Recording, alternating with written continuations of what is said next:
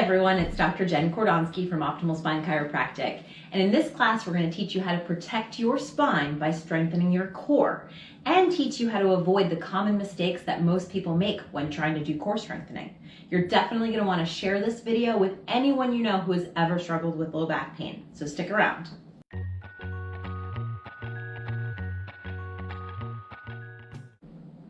Most people know that the core is important, especially for protecting the low back, but many people go about training it the wrong way and end up causing more harm than good. So first of all, let's talk about what the core really is. Most of the time we think of the ab muscles, and the core includes the abdominal muscles, but it also includes the extensor muscles of the back, the glute muscles, and the hip flexors. And the way these muscles are supposed to work is in a harmonized fashion where they all work together to stabilize and support your spine in your everyday movements.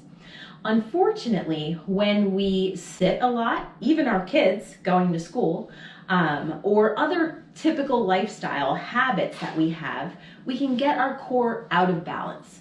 We get chronically tight muscles, particularly the hip flexors from sitting. We get weak extensor muscles, and very often we develop imbalances too. One side is tighter or stronger than the other.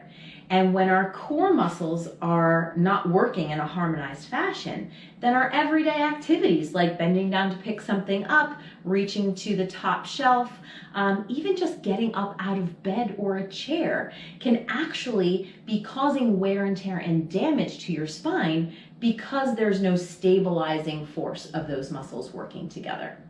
And anytime we are incurring any stress or damage to the spine, we know this is a huge problem because of the nerves and how they supply your body's essential functions. So we want to avoid these mistakes and get a nice, strong, balanced core. Now, mistake number one is most people, when they're doing core training, focus on that rectus abdominis muscle. That's the one that gives you the six-pack. Unfortunately, focusing on that muscle and building the strength of that one can create neck problems, back problems. It can worsen poor posture and unfortunately even make the belly look like it's bulging out more. So it's certainly something we want to avoid.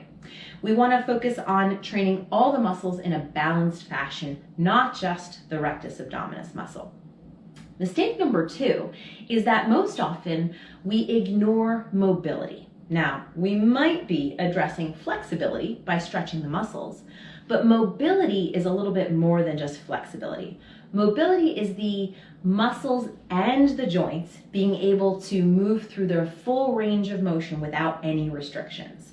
And unfortunately, most people have hidden mobility issues, especially in the spinal joints. Now, you know that only 10% of the nerves are sensory, and therefore we can have misalignments. We can have joints that are not moving properly in the spine, what we call subluxations, without even feeling any pain until years of wear and tear have gone on and there's damage, and then the pain shows up. Many people will also develop restrictions in the range of motion of their hips because typically we sit down and we stand up and we don't use the hip joint in its full range of motion. So it ends up becoming limited. Now, loss of mobility causes two major problems. Number one, if we don't have proper mobility, we won't have maximal strength. And a lot of people don't realize that for a muscle to be as strong as it possibly could be, it has to be flexible and the joint has to have full range of motion. The other problem, and I alluded to it earlier, is that without normal mobility, all of our everyday activities are wearing and tearing the joints, damaging the discs and the cartilage, leading to disc decay, arthritis, potentially needing hip replacements and having all kinds of health problems that we definitely want to avoid. So mobility is really important. So in order to have a strong and healthy core and protect the spine, we number one have to start with chiropractic to make sure the joints are moving. And then number two, we have to engage into some mobility training. There are three key moves that we're going to teach you today where we're going to start our strength training program, our core strength training program. So those moves are the hip flexor stretch, the figure 4 stretch, and the deep squat.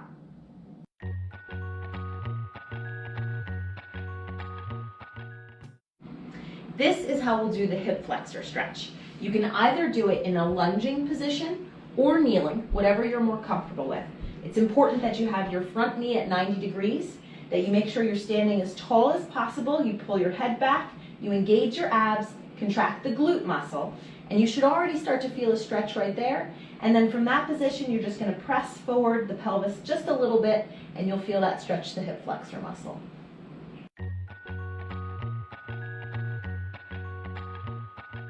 This is what we call the figure 4 stretch.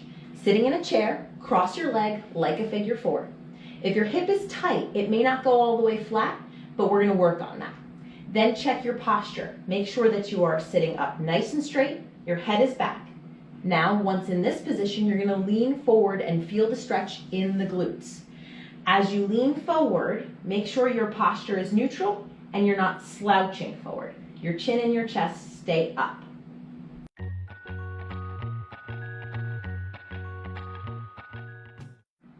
This is the deep squat. Make sure that you lead with your hips, pressing your hips back.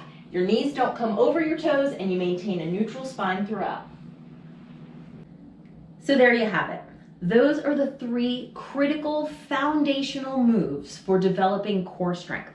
We start with alignment, then we add mobility, and from there, then we can start to add strength. Now, if we go out of order on this, we can actually cause a problem where we build in. So if we do strengthening first, or without fully engaging alignment and mobility, we can strengthen the muscles and build in alignment problems, build in mobility problems, and ultimately defeat the purpose of ever strengthening the core in the first place. So once we've addressed these things in the right order, we can actually get the healthy results that we want. We can protect our spine, avoid the damage, avoid the health problems, avoid the hip replacements that can come from having an unhealthy core, an unhealthy spine. Now, we have a 2-part strengthening program for you, and in it we outline the exact right exercises to do in the right order in order to build the strength of your core from the ground up. And all you have to do is request, and we will give you this plan. So you can call us, you can email us, you can message us on Facebook, and we will send this to you absolutely no charge. It's definitely something that you are going to want to have in your healthcare arsenal. Start with the mobility exercises. Make sure that you request the strength training program. And above all, please make sure that if you have any difficulty with the stretches, you let us know right away. There are beginner modifications that we'll give you.